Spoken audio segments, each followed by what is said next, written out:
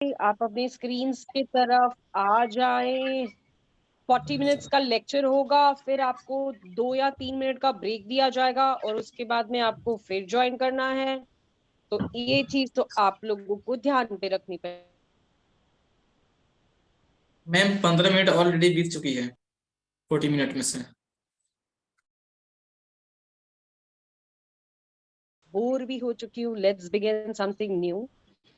तो चलिए, जैसे कि मुझे आज सेक्शन 154 से स्टार्ट करना है, तो मैं अगर आप लोगों को स्क्रीन पे दिखा रही हूँ कि देखिए, मैंने ऑलमोस्ट 374 केस लॉस, 259 तक जो भी अपने केसेस है।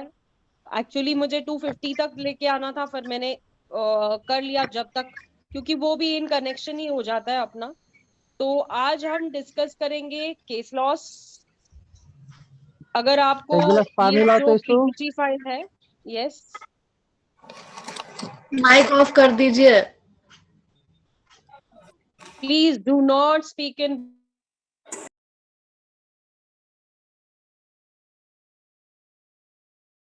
मैम आप म्यूट हो गई। बेटा मुझे म्यूट किया ना उसने, इसलिए शायद। विक्की ने कर दिया होगा। मैम ऑल चला किए हैं, ऑल का किए हैं। ठीक है, मैं भी फिंगर ऑन योर लिप्स करती हूँ, है ना। चलिए, now get back to your 154 जो एफआईआर की बात करता है। 156(3) मैंने हमेशा से ये बताया है कि आप लोगों को सिर्फ सीआरपीसी के अंदर नॉट ओनली सेक्शंस याद होने चाहिए, विद सेक्शंस आपको कैसे ड्राफ्टिंग आनी चाहिए। आपको पता है, एक क्रिमिनल लॉयर को ये सारी चीजें बिल्कुल अच्छी तरह से आनी चाहिए कि हर सेक्शन के पीछे एक केस लॉ तो होती है, इतना तो अपने को पता है, ठीक है ना। Every section has a case law, fitted in your mind, दिमाग में रख के चलिए।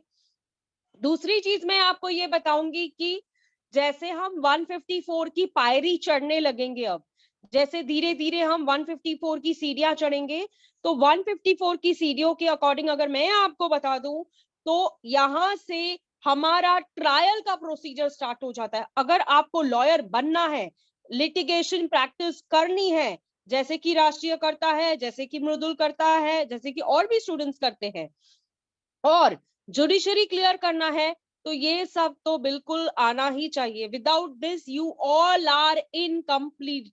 देखिए, सेक्शन आप मुझसे पूछते हैं मैम केस लॉ कैसे लिखना है, केस लॉ की प्रिपरेशन कैसे करें। अब बीच में मुझे एक पंजाब का स्टूडेंट था जिसने मुझे कहा कि मैंने सुना है आप अच्छा पढ़ा लेती हो। हाँ भाई, हम अच्छा पढ़ा लेते हैं, थोड़ा बहुत जितना हमें आता है यार। तो मैंने उससे कहा कि क्या बात है, आप पूछिए मुझसे क्या पूछना चाहते हैं। तो उसने मुझे कहा कि मैम पंजाब एंड हरियाणा के लिए मुझे कौन से केस लॉस पढ़ने चाहिए। ठीक है, अब मैं आपको एक ट्रिक बताती हूँ। हर कोई स्टेट में वही वही वही केस लॉस आते हैं, कुछ डिफरेंट केस लॉस आते नहीं है कि हर स्टेट के लिए सेम केस लॉ होता है। सुप्रीम कोर्ट भी उसको लेके चलती है, हाई कोर्ट भी उसको लेके चलती है। ठीक है, क्या होता है, एक केस लॉ को यूज किया जाता है, बस कोई और लेके आ गया, कोई और लेके आ गया, कोई और लेके आ गया। क्या होता है, नाम चेंज होता है, सेक्शन थोड़ी चेंज होगा, केस थोड़ी चेंज होगा, फैक्ट्स चेंज होंगे, लॉ थोड़ी चेंज होगा। अगर ये समझ में आ गया ना, तो आप केस लॉ को लेकर क्वीन और किंग्स बन सकते हैं। ठीक है, कुछ भी प्रॉब्लम नहीं आती। अब मैं आपको जनरली आपके स्क्रीन पे आपको दिख रहा होगा कि Anju versus state of UP and another 2013 की ये केस लॉ है, जिसमें section 154 156 if the offence is same there can not be two FIR. एक केस के लिए दो एफआईआर हो सकती है क्या? नहीं। अगर एग्जाम्पल के तौर पे बता देती हूँ कि समझो एक एफआईआर होने वाली है, एफआईआर के लिए क्रिमिनल इंग्रेडिएंट्स का भी होना बहुत जरूरी होता है। जैसे मैं कह दूं कि खाना बनाओ, आप बोलेंगे क्या बोल रही है यार, हम सीआरपीसी पढ़ने आए, ये बोलती है खाना बनाओ। अगर खाना भी बनाना है तो हमें इंग्रेडिएंट्स का तो पता होना चाहिए, नमक क्या होता है, मिर्ची क्या होता है, मसाला क्या होता है। सीआरपीसी क्या है, मसाला ही तो है, और क्या है, कुछ भी नहीं है यार। सिर्फ समझने की बात है। तो यहाँ पर अगर समझो एक जुरिस्डिक्शन में, एक ऐसी जुरिस्डिक्शन में सामने वाला बंदा चले जाता है जहां पर एफआईआर तो रजिस्टर हो ही नहीं सकती, ओके, तो वो बंदा क्या करेगा, वो बंदा उस जुरिस्डिक्शन में लेके जाएगा, लेकिन एंट्री होने के बाद उसको जीरो एफआईआर भी कहा से जाता है, which is also called as occurrence report. ठीक है, अकरेंस रिपोर्ट यानी कि घटना तो घटी है, एफआईआर तो करना है, लेकिन मेरे जुरिस्डिक्शन में नहीं करना। अब मैं आपको एफआईआर के बारे में बता दूं। एफआईआर होने से पहले हमेशा उजमा मुझसे पूछती है, मैम सिविल और क्रिमिनल दोनों एक साथ हो सकते हैं क्या? यही तो आर्ट है। अगर लॉयर बनना है तो ऑफ कोर्स ये सारी चीजें तो आनी चाहिए। एफआईआर कैसे होगी, कौन करेगा एफआईआर, किस तरीके से एफआईआर की जाती है? जनरली मैं आपको एक बात बता दूं, ऐसे ऑफेंसेस हम जल्दी, ऐसी कुछ मर्डर वर्डर हो गया तो पुलिस खुद ही एफआईआर कर देगी, रेप हो गया पुलिस खुद ही एफआईआर कर देगी, या ऐसा सुसाइड केस आ गया पुलिस खुद ही एफआईआर कर देगी, बराबर। लेकिन ऐसे केसेस जो कि प्राइवेट केसेस हैं, ऐसे केसेस जो डॉक्यूमेंट्री है, उसमें एफआईआर होगी क्या? ऑफ कोर्स होगी। इनके बाप को भी एफआईआर लेनी है, लेकिन कौन से प्राइवेट केसेस? जिसमें क्रिमिनल इंग्रेडिएंट्स होने चाहिए। ठीक है, एफआईआर तो होनी है। अब हमने एक सुना था कि फोन पर भी एफआईआर होती है, हेलो हेलो कौन है, मैं हूं, क्या है, एफआईआर करनी है। तब के जमाने की बात है। अब आपने कभी सुना है कि फोन पर एफआईआर हो जाती है? सुना है क्या? बिल्कुल नहीं होती। ये तो बस एक सुनील का केस था जिसके ऊपर सब लोगों ने कह दिया एफआईआर होती है। ठीक है, देखो हमने क्या किया, Anju versus state of UP and another 2013 criminal law general page number so and so. ठीक है, section 154 and 156(3), if the offense is same, there cannot be two FIRs. Okay, there can not be, अगर offence same है दो FIR नहीं हो सकती। एक और चीज बता देती हूं कि समझो, मिसाल के तौर पे बोलती हूं, एग्जाम्पल के तौर पे बोलती हूं कि समझो एक कॉग्निजेबल ऑफेंस है। आप बोलेंगे यार ये कॉग्निजेबल क्या होता है? ऐसा ऑफेंस जिसमें बेल होना बहुत कम रहता है। ठीक है, बड़ा ऑफेंस, बड़ा crime is cognizable. Non cognizable जिसमें एनसीआर होता है, एनसीआर, नॉन कॉग्निजेबल रिपोर्ट। ठीक है, ठीक है। अब दूसरी चीज मैं आपको बता दूं, क्रक्स ऑफ द मैटर क्या है? अगर आपने अंजू वर्सेस स्टेट का इतना सा समझ लिया ना, तो आपको आगे समझने की जरूरत ही नहीं रहती है।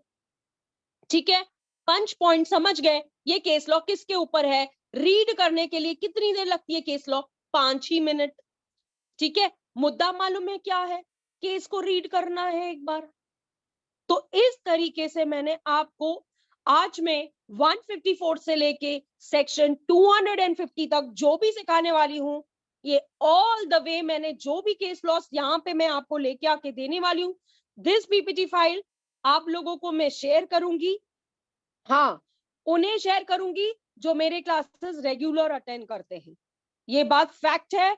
मैं उन्हें ही शेयर करूंगी जो मेरे क्लासेस रेगुलर अटेंड करते हैं, ये नाइंसाफी मैं नहीं करूंगी बस। और मेरे नोट्स को मैं शेयर भी नहीं करती, फ्रैंकली मैं आपको बताऊं, यहां वहां से मैं नहीं करती। ठीक है, आगे आगे मैं आपको बता दूं कि आप देखेंगे, मैं 5 केस लॉस अभी डिस्कस कर लेती हूँ, सेक्शन की तरफ भी जाएंगे। ठीक है, सतविंदर कौर वर्सेस स्टेट आपके स्क्रीन के सामने है, सेक्शन 154, 177। आयोग can forward the FIR to the police station having the jurisdiction if the offense was beyond the own jurisdiction. आयो मतलब क्या है? Inspection officer. अगर उसके में ताकत ही नहीं है उस चीज को करने के लिए, दैट मीन्स व्हाट, यानी कि उसके जुरिस्डिक्शन में नहीं हो सकता, तो क्या करेगा? फॉरवर्ड करेगा। सिंपल, आपको क्रक समझ में आ गया कि भाई ये सतविंदर कौर की केस लॉ ये बोलती है, फिनिश है, खत्म है, खलास है।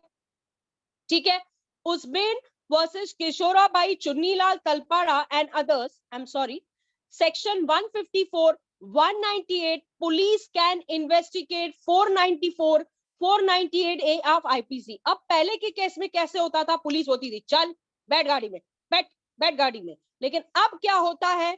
पुलिस इन्वेस्टिगेशन करती है, पुलिस पूछताछ करती है, पुलिस ये जानने की कोशिश करती है कि ऑफेंस बनता है कि नहीं बनता है।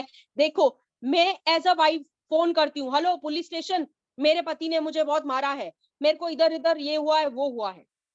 After calling on the 100 number police आ जाती है, लेकिन पुलिस को भी ये देखना पड़ता है कि ऑफेंस हुआ है कि नहीं, क्राइम हुआ है कि नहीं, तब तक पुलिस एफआईआर रजिस्टर नहीं कर सकती। ठीक है, सिंपल। आ रहा है समझ में? किधर डिफिकल्टी? मुझे नहीं लगता है, मैंने बहुत सिंपल वर्ड्स में इसको इनकॉर्पोरेट करके दिया है। हर केस का मैं पंच पॉइंट डाल के यहाँ पे लिख लिया है, जैसे आपको समझ में भी आ जाए कि केस क्या है, और नाम तो बहुत इजी इजी लिए, जैसे याद करने के लिए ऐसा तरीका है अपने पास। ठीक है, चलो next, Ganesha versus Sharanappa and another, AIR 2014 supreme court, page number 1198, जो भी होगा। ठीक है, अब इसमें क्या बोलता है, section 154 and 354, the person lodges an FIR। अब देखो क्या होता है ना, मैं आपको बताती हूँ, जब हम कोर्ट के सामने खड़े होते हैं, ठीक है, we are standing before the court.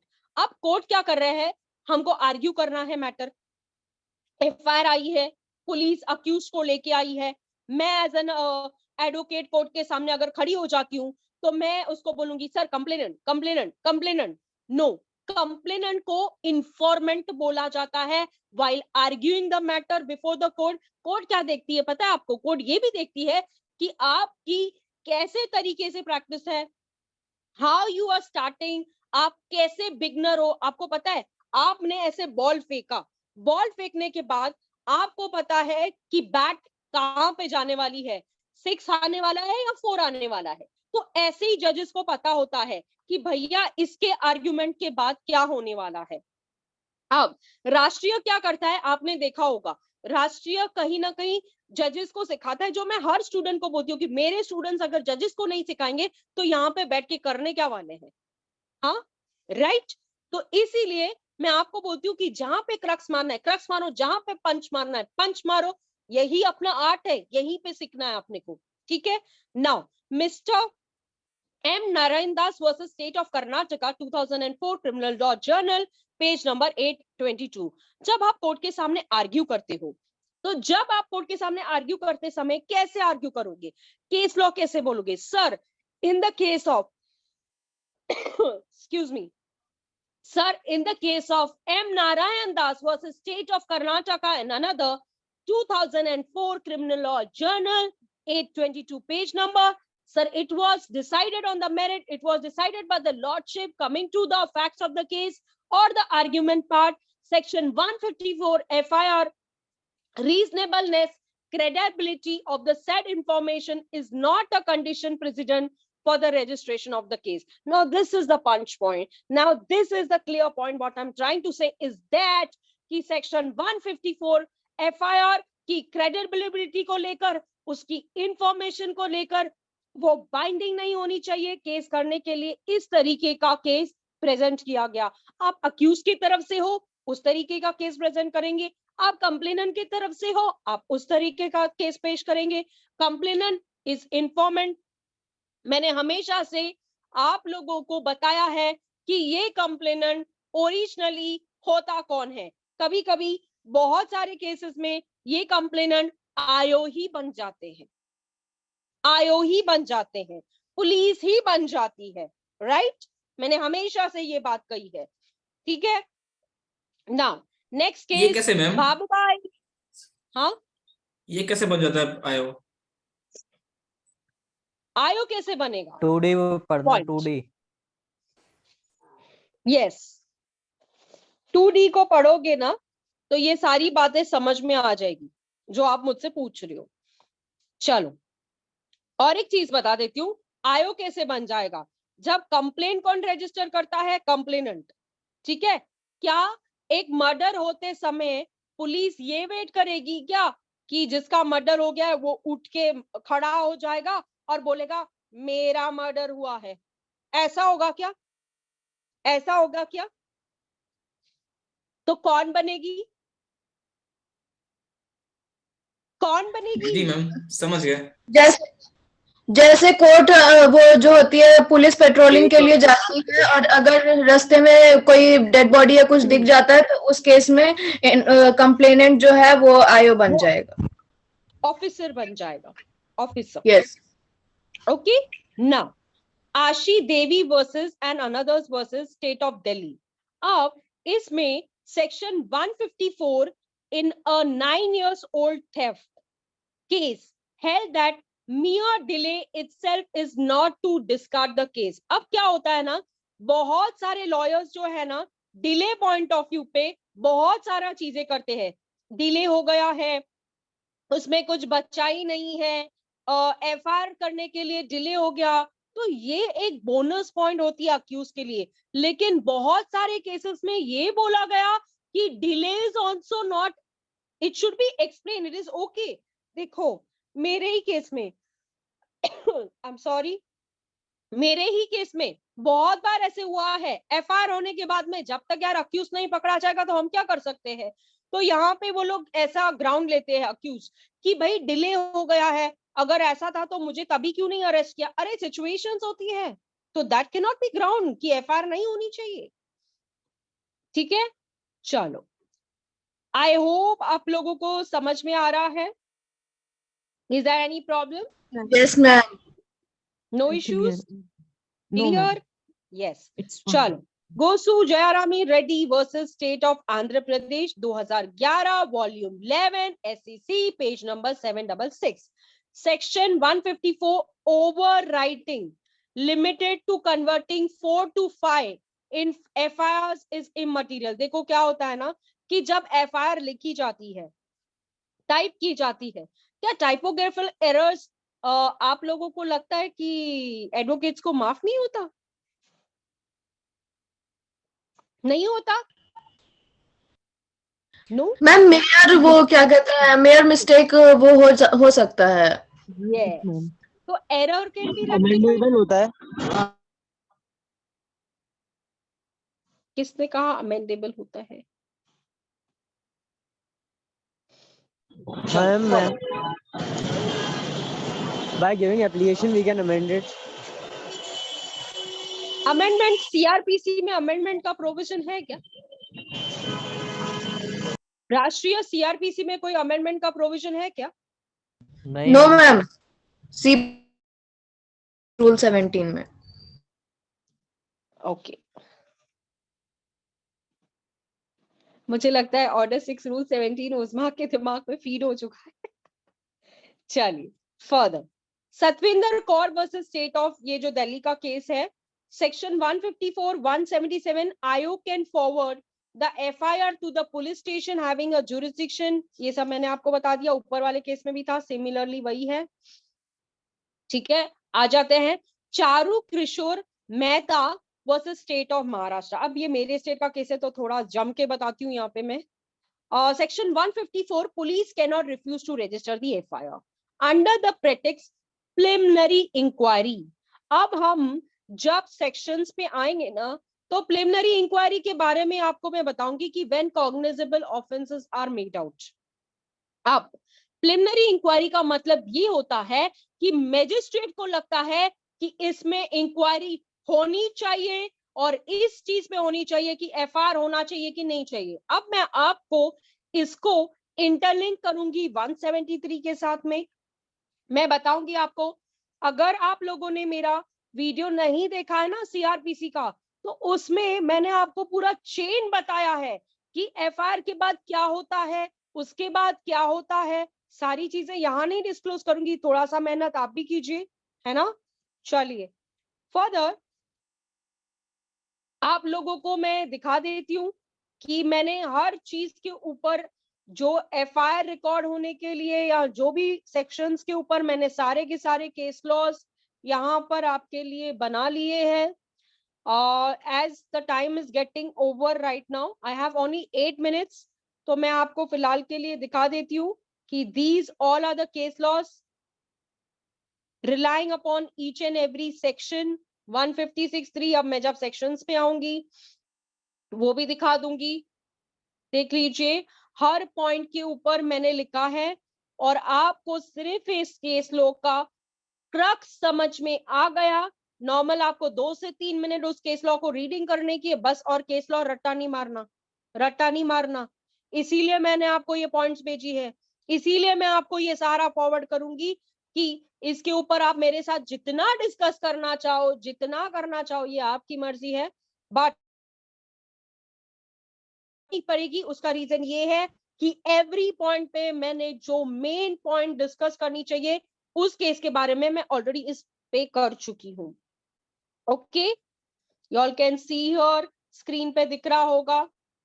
मृदुल, कहाँ है Yes, आपका ma'am. ध्यान मृदुल? यही है मैम।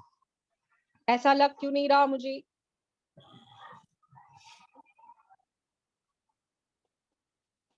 होप सामने है आपके। 162 कन्फेशन के ऊपर, Yes, ma'am. 164, 167, you all can see here 167।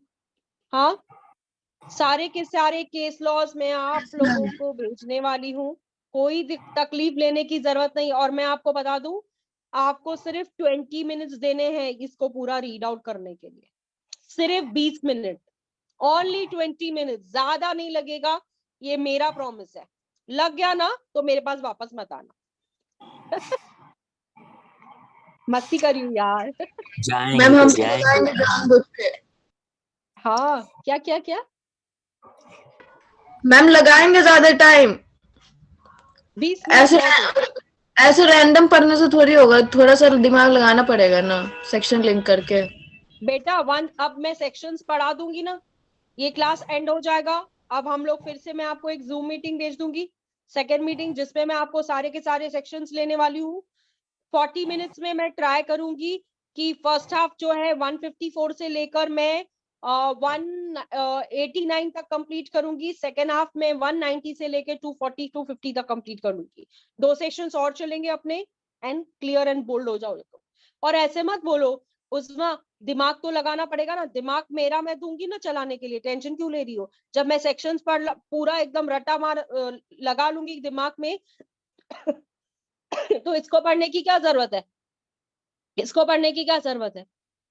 173 में क्या क्या आता है आपको नहीं पता? 173 1 2 मैंने क्या क्या बताया था, यस मैम, यस याद है या मैम, नहीं है? यस फिर मैम। क्यों दिमाग लगाने की जरूरत है, मुझे जरा बताओ तो।